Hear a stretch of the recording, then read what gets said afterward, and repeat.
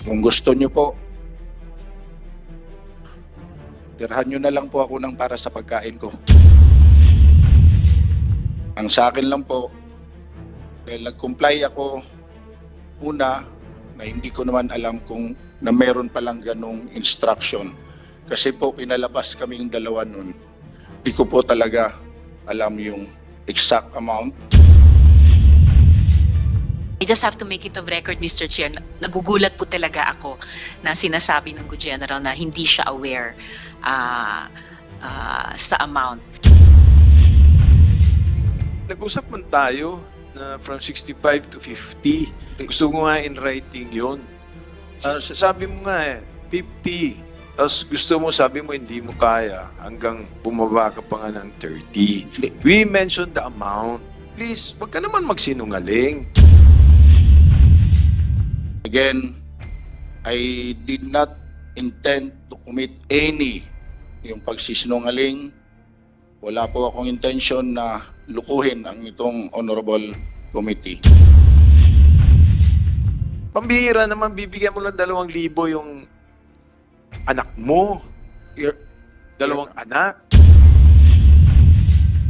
Tapos sasabihin mo na walang amount, pambihira naman. Wala namang ganyanan. Ayaw mo magbigay ng 30 kasi ang sabi mo, baka gagamitin sa korte. Yun eh. Kayo po nakiusap na 30 lang. That's why I told the honorable members, 30 lang. Sabi, alit naman. Pero 50 talaga ang gusto ko, considering your Your Honor. records, you have your investments and everything there. Senator Risa Ontiveros. Mr. Chair, magandang umaga pong muli, General Sevilla. Mahingod to, ma'am.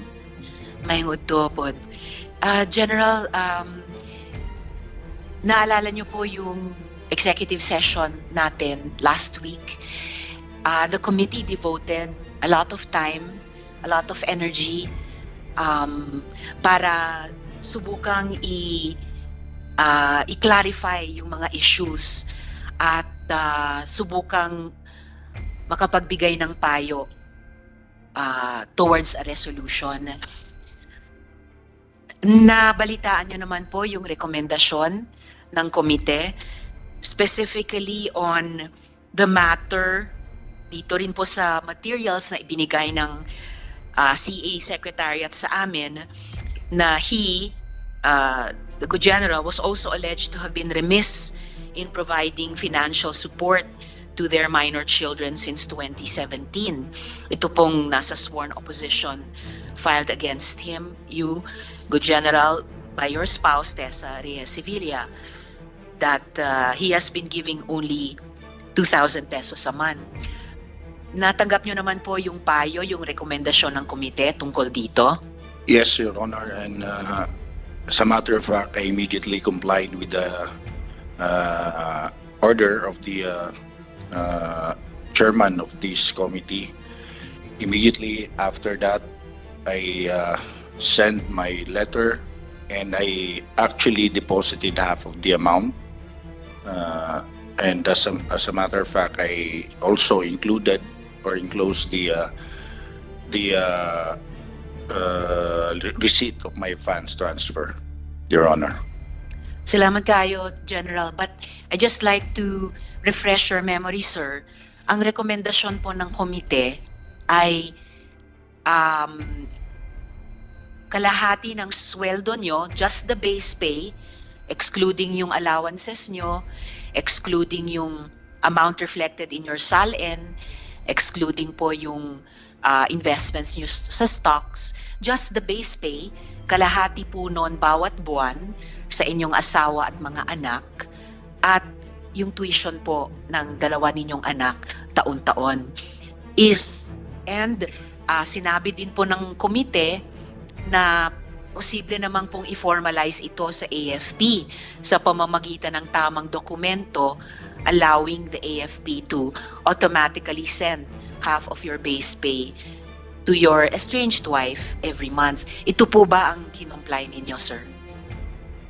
Your Honor, hindi po yun ang nakarating sa akin. I was just told to offer, but if the committee so desires, I am willing to submit to that dahil alam ko naman po para sa mga anak ko. Agree po ako noon, and I am willing to change the letter that I wrote immediately after this, just to comply with that. But honestly, Your Honor, I was not totally informed the amount. I was just told to offer an amount, and I was not informed if that amount is already enough. That's why I am asking this honorable committee to consider the amount, or if not, again, I am much willing to concede with the request or the order of this honorable committee. It is actually not a request. It is not an order. It is actually not an order, General, stand corrected. dahil it's all right, sir. Advice po, payo ng komite, because as I will also express again, Mr. Chair, sa isa sa closing remark ko, dapat hindi na sana ang komite pa namin ang mag-asikaso or makialam or manghimasok sa ganitong usapin. There are other proper institutions even within the AFP to tackle this. And I do remind you, sir, that you are under oath. I have full confidence sa committee chair namin, what he undertook to communicate to you, para sana pagdating nyo po dito sa hearing natin ulit ay nakapag-comply na kayo. So I'm sorry to hear, Mr. Chair, na hindi pa pala nakakomply si General, no, sa payo ng ating komite, even in executive session, to make things right by his estranged wife and their children, kahit dun sa isa lamang sa mga punto na ni-raise sa sworn opposition, Mr. Chair. If I may, Your Honor, honestly, Your Honors, I was not really informed about the amount, because after the executive session, I was only during the executive session, I was only asked how much, but I was not able to give the amount because in my mind, I have to refer back to my lawyers. Then after that, we were told to go out from the executive session hall, and I really couldn't really recall if I was told the exact amount that I should offer. That's why when the chairman of this honorable committee called my attention, I went here in this hall, and I readily crafted the offer. With all due respect, Your Honor, it was not really mentioned how much. That's why, as I said, I am much willing now. This is the only time that I learned that it's 50% of my base pay. No problem po. Comply ko po.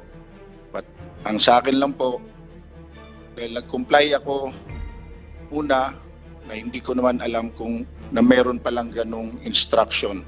Kasi po, pinalabas kaming dalawa nun. Hindi ko po talaga alam yung exact amount.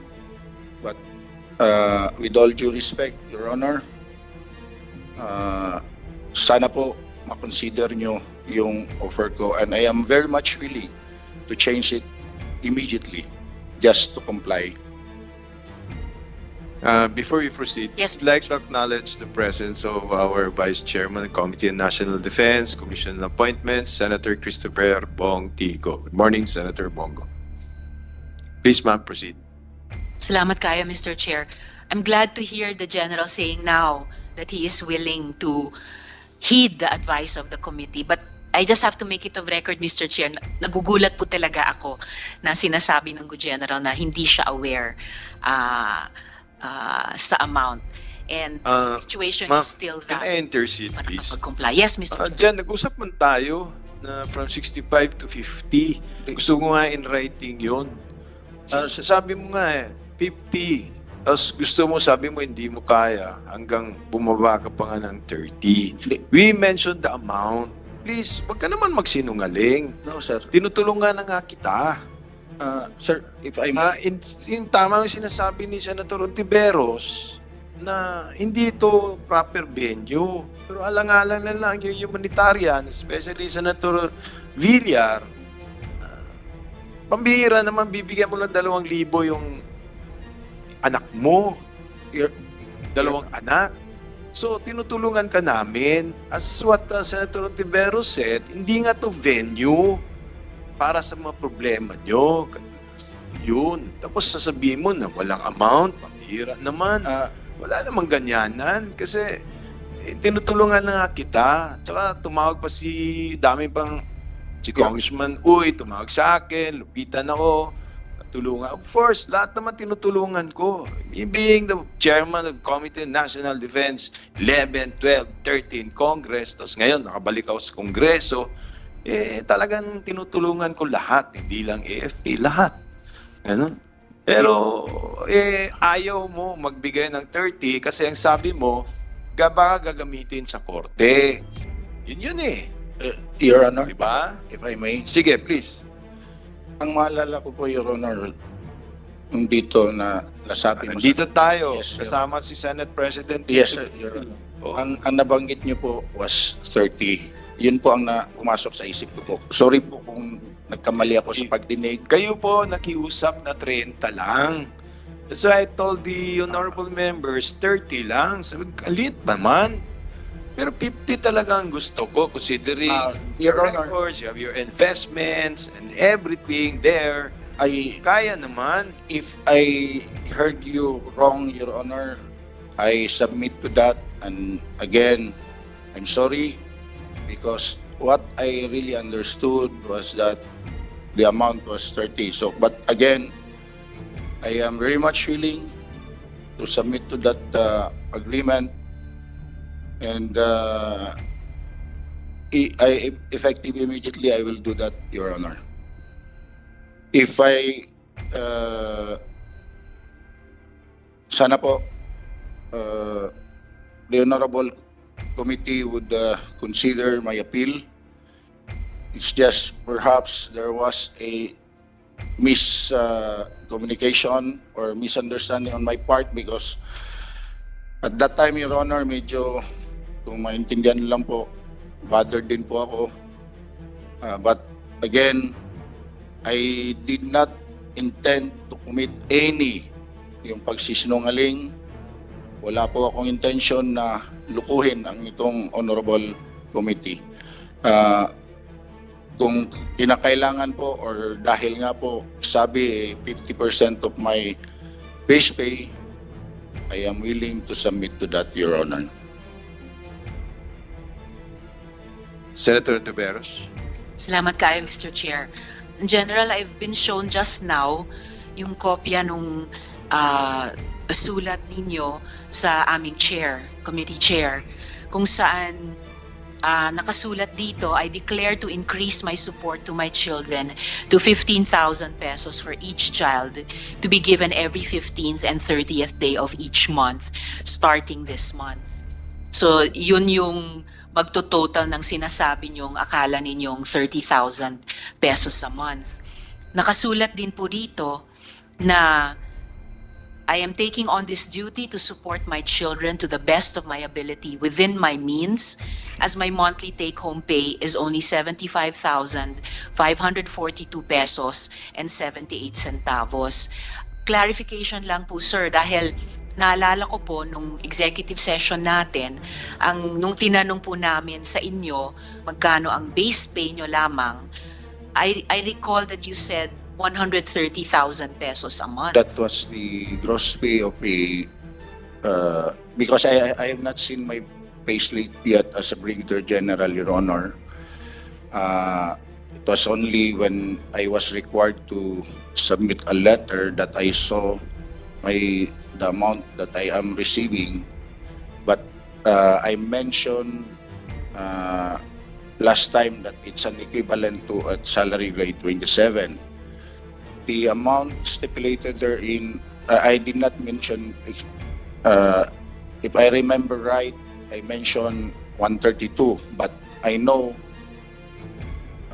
pang-kernel yun. Doon ko lang na-realize na pang-kernel. But it is a gross pay, Your Honor. Ang ano ko lang sana yung hindi ko kabisado, hindi ko sure yung exact amount ng base pay ng isang Brigadier General, but for a colonel po, it's a 90 base pay and the increment is something like 15, so I assume it's 105 for the base pay. Yung ano po, yung sa base pay lang po, hindi natin pag-usapan yung allowances because pag i-total po yan, then minus the deductions po, loan, taxes, perhaps mag-take home ng something like 120 to 125. I'm not sure, Your Honor. So, ibig sabihin po, sir, Mr. Chair, kailangan nyo i-inform ang komite pa kung magkano yung base pay nyo dahil doon po i-compute yung kalahati na inyong ibibigay sa inyong estranged wife at mga anak ninyo. Your Honor, if I may, and I would like to call my admin assistant because I have brought with me my pay slip just to make sure the amount that I am receiving right now. But rest assured, Your Honor, again, hindi ko talaga nakuha yung exact amount. Kung nagkamali man ako, I'd like to ask an apology to this honorable committee, but my objective is to give support to my children because they're my children. And sir, bukod pa po dun sa payo ng komite na kalahati nung base pay ninyo, paano naman po yung isa pang payo namin na yung tuition din po ng mga bata every year? Ang pagkakaintindi ko po, kasi hindi naman po natin na diskusyonan yung details po, the amount that I will be giving encompasses everything. So, kasi willing ako to support their schooling ever since sinusuportan ko naman po. Nagsimula lang din pong nagka-problema, so naputol. Pero as I mentioned during the executive session, I have reasons, so, pero ayaw ko na pong i-insist yun. Ang sa akin ko na lang po, sana po, tingnan nyo rin po yung willingness ko to comply. There was just a miscommunication as to how much money should I give monthly. Willing naman po ako. Salamat, General. So, Mr. Chair, it seems that mula nakaraang linggo hanggang ngayon, hindi pa nagbago yung sitwasyon ni Ms. Sevilla at yung kanilang mga anak in terms of the advice of the committee dun sa monthly child support at saka yung annual na tuition. And at the proper time, Mr. Chair, I will move that the committee go into a caucus to discuss the ad interim appointment of Brigadier General Sevilla, Mr. Chair.